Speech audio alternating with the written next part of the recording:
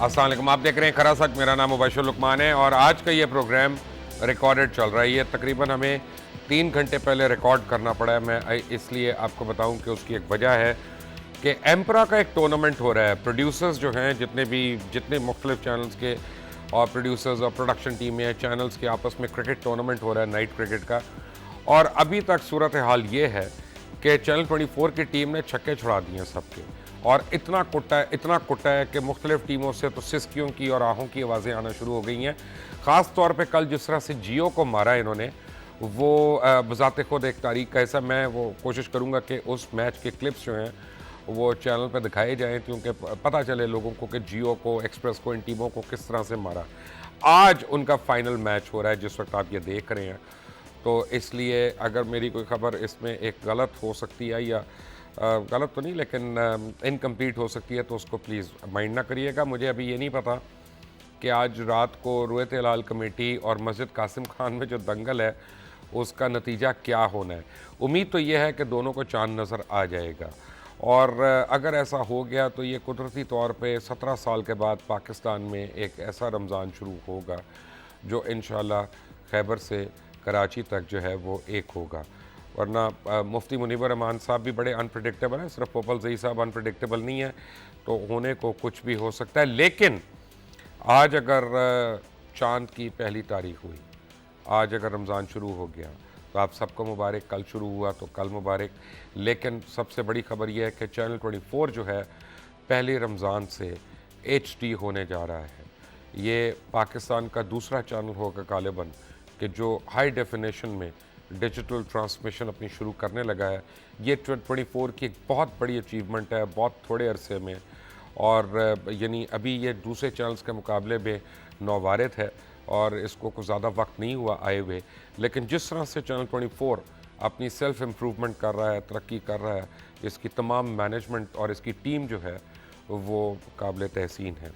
आज 2 चीज़ें मेरे जहन में आ रही थी, और जब मैं ये प्रोग्राम करने जा रहा था, क्योंकि रमज़ान का महीना शुरू हो रहा है तो कुछ इंट्रोस्पेक्शन का भी टाइम होता है, और कुछ आदमी अपने अंदर सोचता भी है कि मैंने इस रमज़ान में क्या करना है। जैसे मैं और काजी साहब तो हम पहले ये बात कर रहे थे कि रोज़े रखने हैं, कैसे रखने हैं, रोज़े का एहतराम क्या होना है, क्या नहीं होना। जो ना रखे, अल्लाह ताला ने उसके लिए भी गुंजाइश पैदा की हुई है कि वो किस तरह से उनकी कमी जो है वो पूरी करे।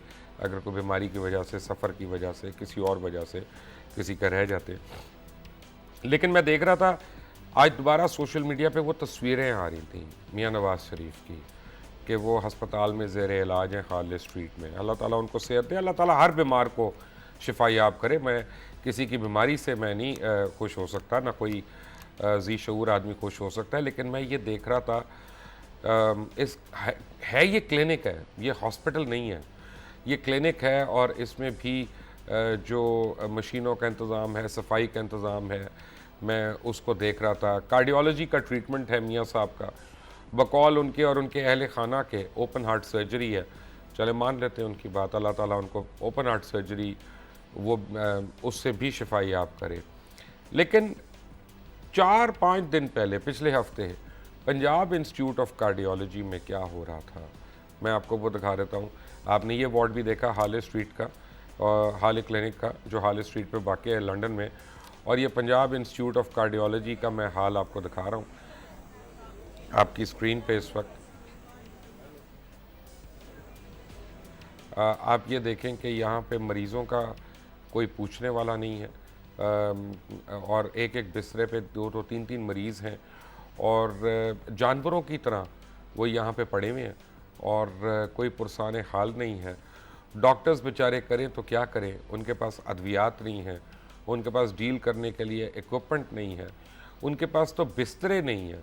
ये इंटेंसिव केयर के अंदर इमरजेंसी और इंटेंसिव केयर की बात करो, ये इमरजेंसी है सॉरी यहाँ पे उनके पास बिस्तरे नहीं है मरीज़ों को लिटाने के लिए, और ये मरीज़ इनमें से पता नहीं कितने जो हैं इस दफ़ा ईद अपने अहल खाना के साथ शायद ना कर सके।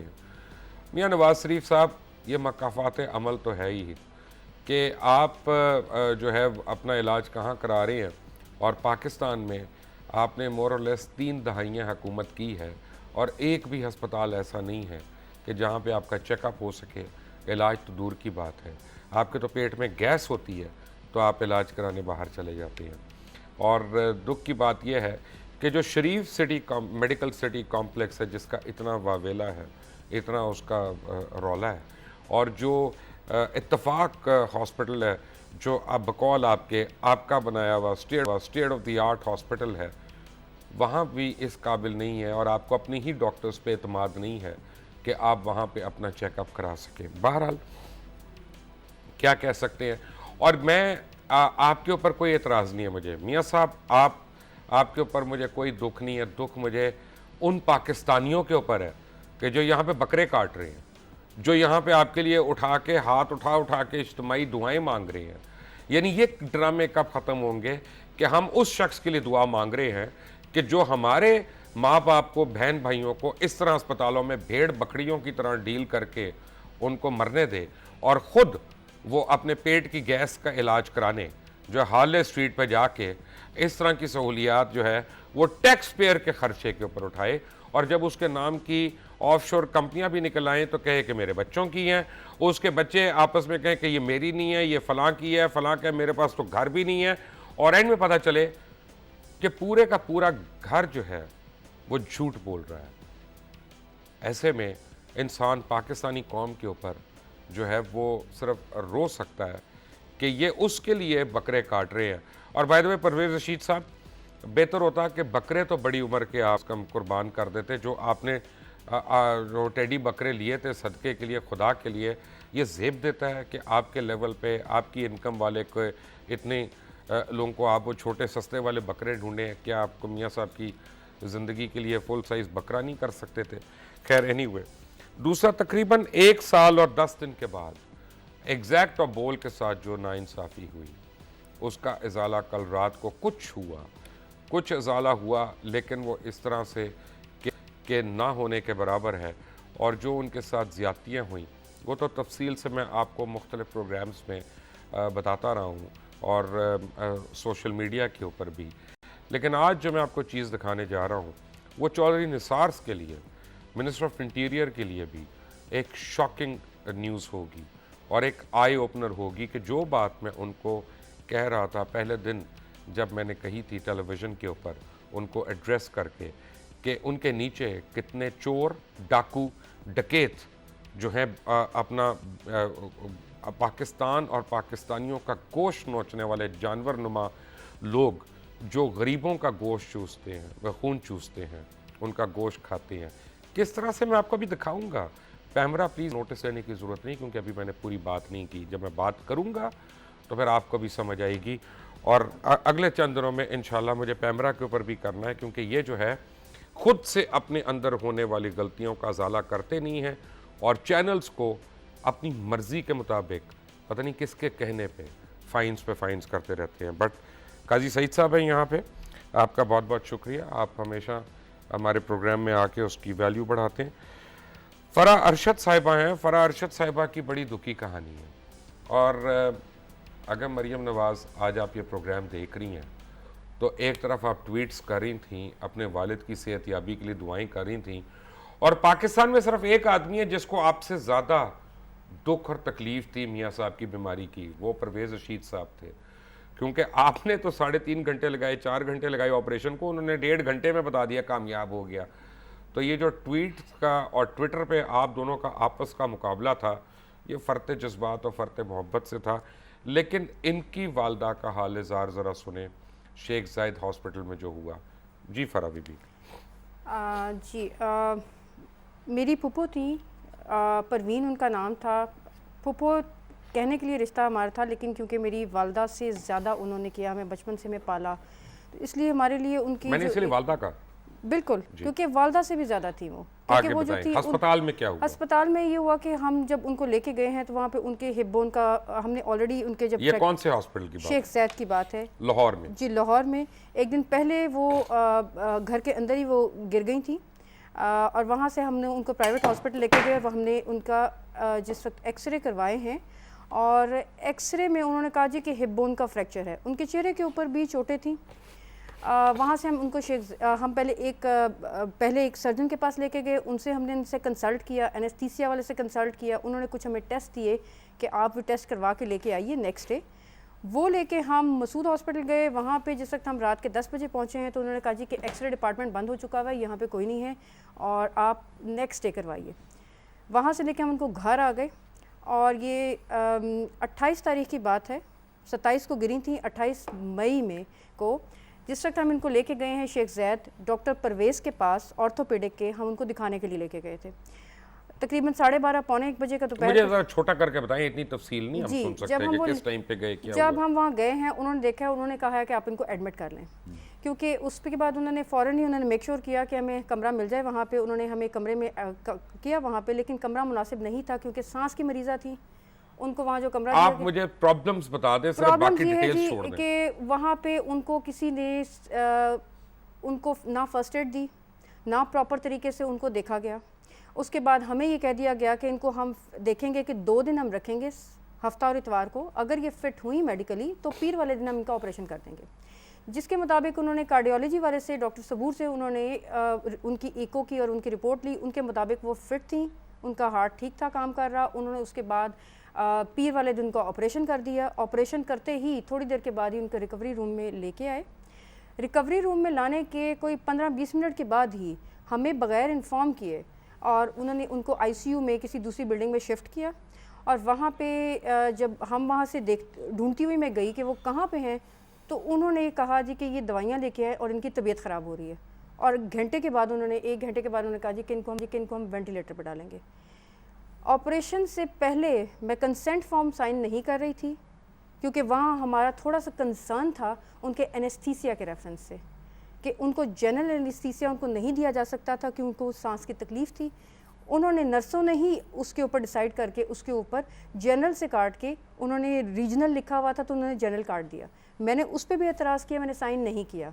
मेरे कंसेंट के बगैर वो उनको लेके थिएटर से बाहर जो उनका वेटिंग एरिया होता है उसमें वो ले गए और वहाँ जाके उन्होंने हमें अंडर प्रेशर किया। वहाँ जाके उन्होंने कहा कि अगर ये आप ये नहीं करवाएंगे तो इनकी जान जा सकती है, जिसमें उन्होंने फौरी तौर पे ऑपरेशन किया। आईसीयू में उनको किसी आईसीयू में जाके हमें आईसीयू वाले डॉक्टर ने कहा कि आपको नहीं पता कि इनको हार्ट की तकलीफ़ है। हमने कहा हमें नहीं पता, हमें किसी ने नहीं हमसे डिस्कस किया। और वहाँ पे जाके जब इनको हार्ट का अटैक हुआ और उसके बाद उन्होंने, हम डॉक्टर को कहते रहे कि कार्डियोलॉजिस्ट को बुला लें। मुख्तसर ये है कि आप ये मुझे कहना चाह रही थी, जो आपने पहले भी बताया जी, कि उनको आर्जा कुछ और था और इलाज कुछ और करने की कोशिश की गई और वो भी सेटिस्फैक्ट्री नहीं था। उनको ये था, बल्कि डॉक्टर्स तो आपसे मजाक करते रहे कि पिज्ज़ा खा लो तो ये खा लो। एग्जैक्टली कि वहाँ पे हॉस्पिटल के बाहर, आईसीयू के बाहर खड़े होकर मुझे जो डॉक्टर परवेज़ ने उनसे कहा कि आप बहुत ज़्यादा एग्जॉस्ट हो चुकी हुई हैं, तो why don't you go home, कि आप घर जाके कोई खाना वाना खाएं, मैं आपके लिए पिज़्ज़ा डिलीवरी करवा दूँ। मेरी माँ मर रही है अंदर और वो मुझे ये कह तो हो रही हैं, सकता है उन्होंने नेक नियति से कहा हो ना, कि उन्होंने कहा तो हो कि खाना उनकी- किसी को पूछ लिया। जी बिल्कुल ठीक है, जब उनकी वालदा अगर इस जगह पे होंगी तो वो कहाँ का पिज़्ज़ा खाना पसंद चले करेंगी? वो हर एक को डिफरेंट तरीका होता है। ये तो मैं बिल्कुल। समझता हूँ कि उन्होंने चले आपको पूछ, लेकिन आप समझती हैं कि उन्होंने डेरोगेटरी रिमार्क्स दी जी बिल्कुल, और आप ये समझती हैं कि आपकी वालदा का इलाज सही नहीं हुआ। बिल्कुल सही नहीं हुआ, क्योंकि अगर वो फिट थी तो फिर उनको हार्ट का फौरी तौर पे डॉक्टर ने हमें क्यों कहा कि उनको हार्ट की ऑलरेडी प्रॉब्लम थी। राइट ये तो एक छोटी सी एग्जांपल है जी एक सरकारी अस्पताल की, और ये सरकारी अस्पताल की तो कहानियाँ ना ख़त्म होने वाली हैं।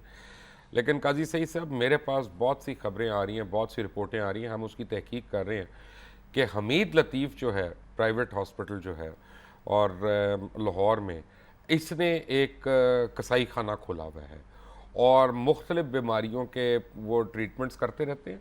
और अभी एक बच्ची हमारे पास आई हैं जो 2-4 दिन में टेलीविज़न पे भी आने वाली हैं। एक हमारी फेलो एंकर हैं, उनके साथ पहले डिफरेंट हुआ और एंड में उनका फीटस ज़ाया हो गया और उनके ऊपर इतने मसाइल उनको क्रिएट किए कि आप प्राइवेट अस्पताल जो 3-3 लाख का बिल बना रहा है 3 दिन में 4 दिन में, उससे एक्सपेक्ट करते हैं कि सर, हम खुद उनको जब देखने गए तो अस्पताल का हाल जो अंदर से था हमीद लतीफ़ का, मैं आपको बता नहीं सकता कि अल्लाह ताला किसी को ना लेके जाए वहाँ पे। देखिए, मैं तो ज़ाती तौर पे समझता हूँ कि हेल्थ और एजुकेशन जो है इसको तो प्राइवेट सेक्टर में होना ही नहीं चाहिए। और आप ये देखिए, मुझे ये बताएं, इस वक्त आपने बड़ी जो यूनिवर्सिटियाँ बना ली, बड़ी बहस होती है, आप मार्केट इकानमी हमारे सामने दम तोड़ रही है, प्राइवेटाइजेशन नाकाम है हर जगह पे। अब बात कोई नहीं करता डरते हुए। मामला ये है कि आज भी जो आपकी बड़ी यूनिवर्सिटीज़ हैं वो पब्लिक सेक्टर में हैं। इसी तरीके से प्राइवेट, अमेरिका में मैं था, अमेरिका में वो बिला वजह काट के रख देते हैं वहाँ पे। मुझे कहा लोगों ने कि यार यहाँ तो आपको ना वो पैसों के लिए और इंश्योरेंस के स्कैम्स हैं। जहाँ जहाँ आपने इलाज को व्यापार बना दिया है, दर्द का व्यापार बना दिया इससे। और देखें, सबसे बड़ी इन्वेस्टमेंट एक समाज में क्या होती है, जिसे इन्वेस्टमेंट इन ह्यूमन कैपिटल कहते हैं। वो सेहत में करते हैं और आप इलाज में करते हैं। तो मियाँ नवाज शरीफ ने पीआईसी में इलाज क्यों नहीं कराया, ये जो बोर्ड है? देखिए, पीआईसी का जो मामला है, आप एक एएफआईसी में करा लेते हैं। एएफआईसी में शायद उनकी इंटाइटलमेंट होगी, यानी आई डोंट नो। नहीं, वो तो प्राइवेट नहीं करा सकते हैं, एज अ प्राइवेट पेशेंट करा सकते हैं, किसी जगह करवा सकते हैं। लेकिन मामला ये है कि ये एम्स में करा, यानी इस मुल्क में एक अस्पताल नहीं है जहां उनके कार्डियोलॉजी का चेकअप होता या ट्रीटमेंट होता। देखिए जी, मेरे ख्याल में हो भी पिछली बारी जो इनको पेट में गैस हो गई थी तब भी लंदन चले गए थे। हैं ऐसी फैसिलिटीज, लेकिन बहुत कम लोग उन्हें अफोर्ड कर सकते हैं इस मुल्क में। बाय द वे, यहाँ लोग 80% नॉन साइंटिफिक मेडिसिन लेते हैं। यहाँ 80% लोग गंदा पानी पीते हैं। जो एक बात, एक जगह जुल्म नहीं हो रहा। मियाँ साहब तो उनमें नहीं है ना। नहीं, वो जाहिर है, वो तो नहीं है। लेकिन सवाल ये है कि बेसिकली हम लोगों का इलाज नहीं करना चाहते। और बाकी आपने, अच्छा, अब एक और कानून, और यहाँ पे हम दुआएं मांग रहे हैं उनकी। एक कानून है कि आपके जो टीचिंग अस्पताल प्राइवेट सेक्टर में हैं उनको तकरीबन 1% मुफ्त इलाज देने के लिए एक प्रोविजन है। मैंने इस पर प्रोग्राम भी किया था, कभी फिर बात करेंगे ज़रा, और उस पर मैं अपडेट ले लूँ। तो वो भी नहीं होता। तो मामला ये है कि भाई बात ये है कि यहाँ मेरे बच्चे ने नहीं पढ़ना, यहाँ मेरे बच्चे का इलाज नहीं होना। इसलिए इसमें जो है मुझे अफसोस से कहना पड़ता है कि हम बजट आया, ये बजट आया है ना, आप ये मजाक किया आपने, कितने परसेंट? 1.5% रखा आपने। अफगानिस्तान जीडीपी का 8% खर्च करता है, आपको पता है, सेहत पे। हम 1.5% नहीं करते, 2.5% करते हैं। We don't want to educate our children. हम लोगों को सेहत नहीं देना चाहते। उसकी वजह यह है कि हमारे हेल्थ के मराकज़ लंदन में हैं, हमारी रिहाइश उधर है, हमारे पैसे उधर हैं, और ये मुल्क जो है सिर्फ हमने किसी और काम के लिए रख छोड़ा है। काजी सही साहब हमारे साथ ही हैं, हमारे साथ हैं। एक ब्रेक के बाद आऊँगा तो आपको बताऊँगा कि एग्जैक्ट ऑफ बोल के साथ क्या हुआ, और फाइनली अब चौधरी निसार के लिए वेकअप कॉल क्या है, जो मैंने इस ब्रेक के बाद दिखानी है। Take a break. अस्सलाम वालेकुम and welcome back from the break. और ब्रेक पे जाने से पहले आपको मैं सरकारी अस्पतालों का और प्राइवेट हॉस्पिटल्स का हाल बता रहा था। काजी सईद साहब मेरे साथ हैं। आपको मैं एक बात बताऊं कि 1 साल और 10 दिन के बाद गुजरने के बाद एग्जैक्ट का जो ऑफिस है कराची में, जो एग्जैक्ट बिल्डिंग है, उसको फाइनली सुप्रीम कोर्ट यानी आला अदालत के कहने पे उसको हैंड ओवर कर दिया गया है मालिकान को। और बड़ी उन्होंने इसमें भी 2 नंबरी की है, और इसके ऊपर कंटेम्प्ट ऑफ कोर्ट जो है वो फाइल कर दी गई है और एफआईए के ख़िलाफ़। आज मैं आपको बताऊं कि एफआईए ने क्या किया, और ये मैं बात करना चाह रहा हूँ चौधरी निसार साहब को एड्रेस करके, मुखातिब करके, क्योंकि इंटीरियर मिनिस्टर हैं, साफ़ हैं, स्ट्रेट हैं, ऑनेस्ट हैं, और उनके नीचे जो लोग गंद कर रहे हैं उनको उनके मतलब ज़रूर खबर होनी चाहिए। शाहिद हयात बदनाम ज़माना वो डायरेक्टर एग्जैक्ट का कि जिसके ऊपर मीर मुर्तज़ा भुट्टो को शहीद करने के इल्ज़ाम से लेके उसने कैद भी काटी, बाय द वे। उसमें कई साल वो कैद में भी रहे, उसके बावजूद उनको यहाँ पे लाया गया और पुलिस से इसमें ट्रांसफ़र किया गया। और फिर एक बहुत बड़ा गिरोह है, एक कारोबारी लोगों का गिरोह है जिसकी सरपरस्ती शाहिद हयात को हासिल हुई, और शाहिद हयात का अपना जो लाइफस्टाइल है वो अपना 1 साल के अंदर करोड़ों खर्च करने वाला लाइफस्टाइल बन गया उस आदमी का कि जो 72,000 रुपये या 75 यानी सरकारी नौकरी कर रहा है, और उसके बाद उसके एक खाने का बिल जो है रोज़ का वो 70 से 80 हज़ार रुपये आ रहा है। हैरानी की बात नहीं थी उन लोगों के लिए जो उसके लाइफस्टाइल को जानते थे कि अपने घोड़े रखे हुए, अपनी पोलो टीम्स में खेल रहे हैं, ये कर रहे हैं, अपने पेट्रोल पंप हैं और मिट्टी का तेल बेच रहे हैं, ईरान का तेल बेच रहे हैं वहाँ पे स्मगल करके। जब बावर्दी लोग इस तरह की हरकतें करना शुरू हो जाएं तो नीचे आप सोच सकते हैं कि कितना चोर बाज़ारी का बाज़ार गर्म हो जाता है। वो कहते हैं ना कि सुनते हैं रहबर ने लूट लिया कारवां को, यह वाक़या कुछ मेरी दास्तां से मिलता है। डेक्लन वॉल्श की एक स्टोरी आती है न्यूयॉर्क टाइम्स में, और उसके 3 घंटे के बाद एफआईए ने रेड करके मुख्तलिफ मुल्क के मुख्तलिफ हिस्सों में ना सिर्फ तमाम एग्जैक्ट के दफातर को सील कर दिया, उनको कब्ज़े में कर लिया, बल्कि उसके जो बहुत ही ज़्यादा पढ़े लिखे एग्जेक्टिव्स थे जो इस मुल्क की बेपनाह खिदमत कर रहे थे उनको पाबंद सलासल कर दिया। और यानी शाहिद हयात वो बदनाम ज़माना पुलिस ऑफिसर जिसके ऊपर बेइंतहा इल्ज़ामात उसने टेलीविज़न पे आके ये बातें कहीं, और 24 घंटे के बाद फिर 48 घंटे के बाद कि जनाब 70% सबूत हमें मिल गया है और अब हम जो है वो चंद दिन के अंदर अंदर आपको बताएंगे कि जाली डिग्रियों का कारोबार कैसे होता था और ये होता था। और फिर एक ना ख़त्म होने वाला मीडिया ट्रायल जो है एग्जैक्टियंस और बोल वालों के ख़िलाफ़ शुरू हो गया। अच्छा, शुरू में बहुत से लोगों का ये ख्याल था कि यार अगर ये सच नहीं है ना तो फिर इतने लोग इसका जिक्र क्यों कर रहे हैं और इतने लोग इसके ऊपर बात क्यों कर रहे हैं। उनको ये नहीं पता था कि सारों के अपने वेस्टेड इंटरेस्ट जो थे वो उसके ऊपर क्यों फोकस थे और उससे क्या फ़र्क पड़ रहा था। एग्जैक्ट पाकिस्तान की लीडिंग आईटी कंपनी जो एक बहुत बड़ा खतीर सरमाया जो है पाकिस्तान लेके आ रही थी, और इनका कसूर ये था कि इन्होंने अनाउंस किया था कि चंद साल के अंदर 3 से 4 साल के अंदर $50 बिलियन जो है वो पाकिस्तान में लेके आना है। 1 करोड़ बच्चों को इन्होंने मुफ्त तालीम देनी थी और कुलियात अपने दीगर इदारों के तहत इन्होंने लोगों को बांटना शुरू की। उसकी वजह से जो ख़ास तौर पे मीडिया मालकान थे, एग्जिस्टिंग मीडिया मालकान पाकिस्तान के, उनके बिजनेस प्लान्स ही ख़राब हो गए क्योंकि उनको अपने मुलाजमों को रिटेन करने के लिए उनको 40 से 50% तनख्वाहें बढ़ानी पड़ी, उनकी मुराद बढ़ानी पड़ी, उनको मेडिकल देना पड़ा। और जब ये एग्जैक्ट और बोल का मामला ठप हुआ, आपको ये बताऊं कि बहुत से लोगों ने अपनी कहे हुए वादे ही नहीं पूरे किए। एक बहुत बड़ा इदारा है नाम नेहाद, वो अभी 9 महीने से तो मेडिकल अलाउंसेज ही नहीं उसने अपने एम्प्लॉयज़ के दिए। लेकिन हुआ क्या कि गैर कानूनी तौर पे जब एग्जैक्ट के दफातर को पकड़ा गया तो आज 1 साल 10 दिन गुजरने के बाद FIA जो है उनके ऊपर प्रॉपर एक चार्जशीट देने में नाकाम रही है और वो नहीं दे सकी है कि 1 साल उन्होंने उनको हिप से बेजा में क्यों रखा, उनके ऊपर गलत रिमांड्स क्यों लिए, तमाम एग्जैक्टियंस के ऊपर इतना तशद्दुद क्यों हुआ, और 8000 जो एग्जैक्ट में काम करने वाले मुलाजिम थे और उसके साथ 2200 जो बोल में काम करने वाले थे, उनके घरों के चूल्हे क्यों बंद कर दिए गए। ये भी कभी सोच लें कि पिछला रमज़ान उन्होंने कैसे गुजारा, इस रमज़ान को उन्होंने कैसे गुजारना है, और कितने घर हैं जो बर्बाद हो गए। बीच में अमवात भी हुई लोगों की, और ऐसे भी लोग थे जो एग्जैक्ट से पेंशन्स ले रहे थे और यानी रिटायरमेंट के बाद और उनको जब मुनासिब तिबी सहूलियात नहीं मिल सकी क्योंकि कंपनीज बंद हो गई थी तो उन बेचारों की अमवात हो गई। अब ये जो है पर्चा किसके ऊपर कटेगा, मियां नवाज शरीफ पे कटेगा, शाहिद हयात पे कटेगा कि किसी और पे कटेगा, ये तो फैसला अदालतें करेंगी, या वो लोग करेंगे जो अदालतों में ये मौक़िफ़ बयान करते हैं। वकला हजरात बड़े काबिल लोग हैं। लेकिन हुआ क्या, साथ साथ ना सिर्फ वो किया बल्कि एग्जैक्ट के जितने भी अकाउंट्स थे उनको मुंजमद कर दिया, जो डायरेक्टर्स के अकाउंट्स थे उनको मुंजमद कर दिया, डायरेक्टर्स की फैमिलीज़ थी दूर दूर के रिश्तेदार उनको उनके अकाउंट्स को फ्रीज़ कर दिया, जो एम्प्लॉयज़ वहाँ पे कुछ काम कर रहे थे उनके अकाउंट्स को फ्रीज़ कर दिया। और यानी हालत यह है कि शुएब शेख की बेगम और उनकी बहनें और उनकी वालदा, बूढ़ी और बुज़ुर्ग वालदा, इन सब के ऊपर क्रिमिनल FIR काट दी।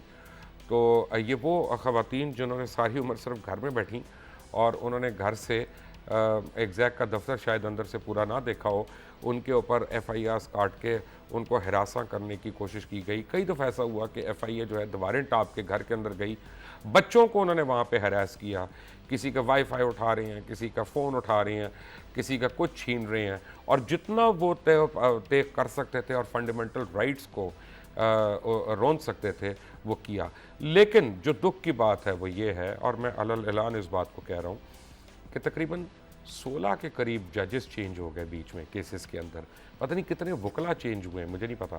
और कभी यहाँ तक भी हुआ कि एक फाजिल जज साहब ने अपनी स्टेटमेंट में ये लिख दिया जजमेंट में कि भाई ये बड़ा हाई प्रोफाइल केस है तो मैं इसकी पैरवी नहीं करूँगा। तो जब जस्टिस जो है वो ऐसी शक्ल उसने इख्तियार की तो लोग जो हैं अपने हक़ के लिए सड़कों पे भी आना शुरू हो गए। एग्जैक्टियंस और बोल वालाज ने पाकिस्तान के मुख्तलिफ प्रेस क्लब्स में जाके, नेशनल असम्बली में जाके, सेनेट में जाके उन्होंने दरवाजे खटखटाए, और इसमें तो हज़ारों अफराद शामिल थे और यानी हज़ारों ख़ानदान बल्कि मैं तो कहूँगा वो शामिल थे। अब क्या हुआ कि जब परसों रात को एग्जैक्ट की मेन बिल्डिंग जो है आला अदालत के कहने पे FIA ने इनके हवाले की, क्योंकि उसकी डेडलाइन ख़त्म हो रही थी FIA की, तो 2 घंटे पहले उन्होंने जब इनके हवाले की तो सर्वर रूम्स को लॉक कर दिया, और जिसमें तकरीबन को 61 करोड़ रुपए के सर्वर रूम्स हैं उनको लॉक कर दिया ताकि पता ही ना चले कि अंदर सर्वर्स हैं भी कि नहीं भी हैं। और उस बिल्डिंग का हाल जो कर दिया इन्होंने तोड़ फोड़ के, लगता है ऐसे कि जैसे हिंदुस्तान की फ़ौज वहाँ पे आई है और वो वहाँ पे एक पानीपत वाली जंग जो है इब्राहिम लोदी और मुग़ल ख़ानदानों के बीच में, वो वहाँ पे जंग हुई है। ये नॉर्मल क्राइम इन्वेस्टिगेट नहीं करने आए थे, और हज़ारों कंप्यूटर्स के अंदर से, चौधरी निसार साहब ये मैं बड़ी आपको वसूख से एक बात बताने लगा हूँ, हज़ारों कंप्यूटर्स के अंदर से जो ब्रांडेड कंप्यूटर्स थे, उनकी हार्ड ड्राइव्स, उनके प्रोसेसर्स, उनकी जो मेमोरी कार्ड्स हैं, वो सब चोरी हो गए हैं। यानी कई हज़ार कंप्यूटर्स में से वो चोरी हो गए हैं, कैमरास चोरी हो गए, लोगों के मोबाइल छीन लिए, वो चोरी हो गए। इवन जो स्टाफ के कपड़े और जूतियाँ वहाँ पड़े हुए थे और रह गए थे, वो तक चोरी हो गए हैं वहाँ से। और जो चीज़ चोरी नहीं कर सकते थे वो उसको उन्होंने ज़ाया किया तोड़ फोड़ कर वहाँ पे। और LED screens, television screens, videos, cameras, हर चीज़ जो है उन्होंने वहाँ पे उसको तहस नहस कर दिया। मैंने कहा लगता ऐसे है कि हिंदुस्तान की फ़ौज आई थी और वो फतह करके चली गई। और मैं ये समझता हूँ, मैं ये बड़ी वसूख से एक बात कह रहा हूँ कि बिल्कुल हिंदुस्तान की फ़ौज आई थी। और मैं इस FIA को यही कहूँगा कि इन्होंने जो एक्ट किया उससे फ़ायदा सिर्फ हिंदुस्तान को हुआ, क्योंकि जितना ये IT का बिज़नेस पाकिस्तान में हो रहा था ये बेंगलोर के अंदर शिफ्ट हो गया। और मैं ये समझता हूँ कि ये हिंदुस्तान ने किया, क्योंकि सबसे पहले एग्जैक्ट और बोल के ख़िलाफ़ जो स्टोरी आई थी वो हिंदुस्तान टाइम्स में आई थी और 2 साल पहले, और उनको बड़े डर पड़ गए थे, उनको बड़ा खौफ था। और तब से कोशिश की जा रही थी कि ऐसा चैनल उसको आने से रोका जाए जो पाकिस्तान का नैरेटिव दे सकता है, जो पाकिस्तान की सही शक्ल आलमी बरादरी को दिखा सकता है। और उसके बाद जो इतनी इन्वेस्टमेंट्स ला रहा है, जो हमें कर्जे लेने पड़ रहे हैं, जो हमें उधार लेने पड़ रहे हैं, 16.5% पे हुकूमत जब उधार लेती है कि जनाब हमने IMF को देने हो तो हमने अपना डेट सर्विसिंग करनी है। अगर एग्जैक्ट जो है $50 बिलियन यहाँ पे ला रही होती तो फिर कौन सी सरमायाकारी थी जिसका ये हुकूमत जो है नारे मारती कि हमने मुल्क को बचाने के लिए ये सरमायाकारी हमने कर ली। तो एक तरफ पाकिस्तान को मकरूज़ किया गया बैनुल अक़वामी तौर पे, और दूसरी तरफ पाकिस्तान का जो नैरेटिव था, पाकिस्तान का जो मौक़िफ़ था, उसको बड़े मौसर तरीके से रोक दिया गया सामने आने पे। लेकिन अभी तक एग्जैक्ट और बोल वाले, उनको सोशली तो बहुत प्रॉब्लम्स हुई हैं। ऑब्वियसली वो अपने उनके घर वालों को तो नहीं, लेकिन अपने रिश्तेदारों के आगे, अपने चाहने वालों के आगे, अपने अहबाब के आगे उनको बार बार बताना पड़ता होगा कि मैं कोई गलत काम नहीं कर रहा, क्योंकि पूरा मीडिया और FIA कुछ कह रहा है और वो गरीब कुछ कह रहा है। लेकिन आज 1 साल और 10 दिन गुजरने के बावजूद इनमें से एक भी जुर्म ना सिर्फ साबित ये कि नहीं हो सका, बल्कि फ़ाइल भी नहीं हो सका। और अब हालांकि आपका कानून, हमारा कानून ये कहता है कि 1 साल से ज़्यादा किसी की बेल डिनाई नहीं हो सकती केस के अंदर। यहाँ पे तो केस शुरू नहीं हुआ, केस शुरू ही नहीं हुआ और बेल डिनाई हो रही है। कारोबार ज़िंदगी मफलूज किया हुआ है ताकि कहीं खुदा न खास्ता ये कंपनी दोबारा ना शुरू हो जाए और हिंदुस्तान से जो बिज़नेस वहाँ पे गया था वो वापस ना आ जाए। एक ब्रेक के बाद आऊँगा तो आपको कहानी बताऊँगा। Take a break.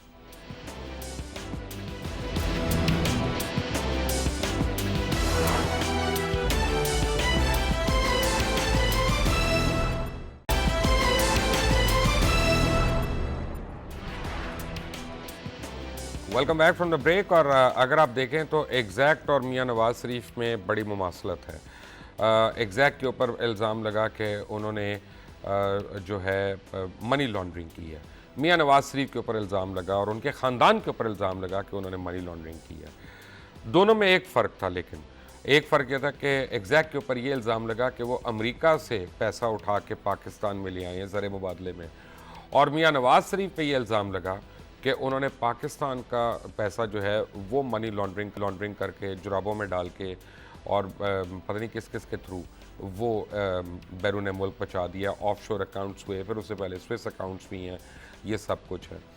लेकिन फ़र्क एक और था, जो बात लोगों को खटक रही थी और जो बात लोगों को बताई नहीं गई कि दुनिया की सबसे बड़ी IT फर्म्स में गूगल है, और गूगल और एग्जैक्ट का अगर मुआवजा किया जाए तो बड़ी कॉमन फैक्टर्स आपको मिलेंगे, बल्कि आपको हैरानी होगी ये सुन के कि एग्जैक्ट को दुनिया की सफ़े अव्वल की आईटी कंपनीज में कंसिडर किया बंद करने से पहले, और वो ना सिर्फ अपने मुलाजमीन को तकरीबन 38 के करीब वर्ल्ड क्लास फैसिलिटीज़ दे रही थी, बल्कि 50 से ज़्यादा बेनिफिट्स भी दे रही थी, और उनके लाइफ स्टाइल्स में बेहतरी लाने की कोशिश भी करी थी, और अपने मुलाजमीन की हर किस्म की ज़रूरियात का ख्याल रखना, और इसके अलावा एग्जैक्ट अपने रेवेन्यूज़ का 30% हिस्सा अपने मुलाजमीन की लाइफ स्टाइल में बेहतरी पर लगाता था, और इसके अलावा अपने मुलाजमीन को मार्केट की निस्बत डबल से ज़्यादा तनख्वाहें देता था।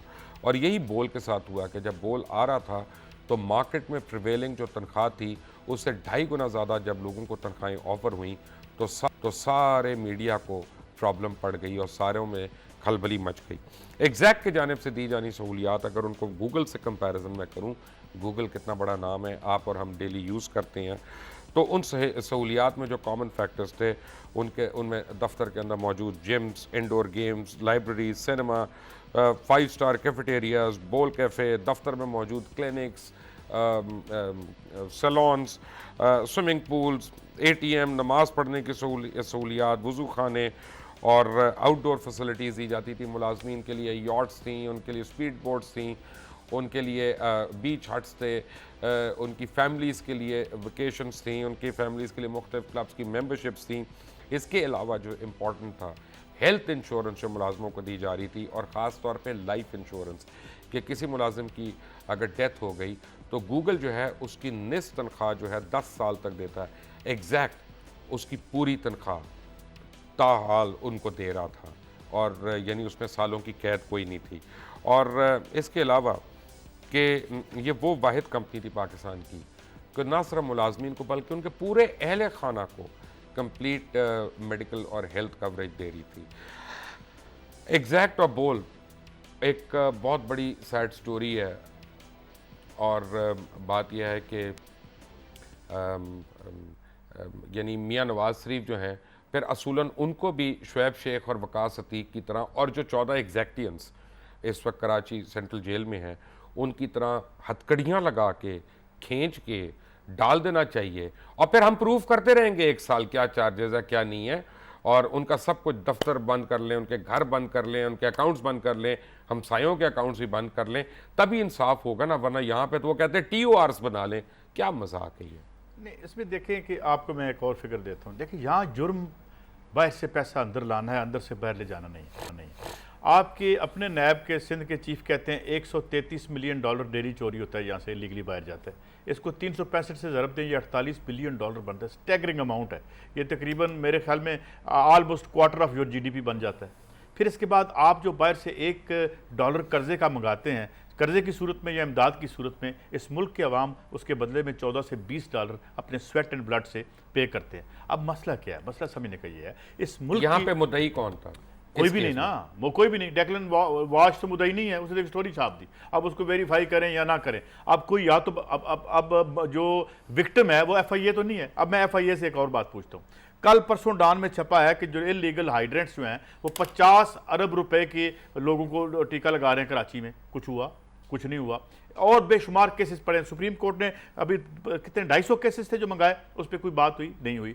चौधरी निसार अली खान साहब लाहौर में FIA पे बरसे आके कि ये हाई प्रोफाइल लोगों के केसेस क्यों पीछे पड़े, कुछ हुआ नहीं हुआ। मसला ये है, यहाँ जुर्म ये है, जुर्म ये है कि अगर आप यहाँ से बाहर ले जाएं तो जुर्म नहीं है। उसकी 2 वजूहत।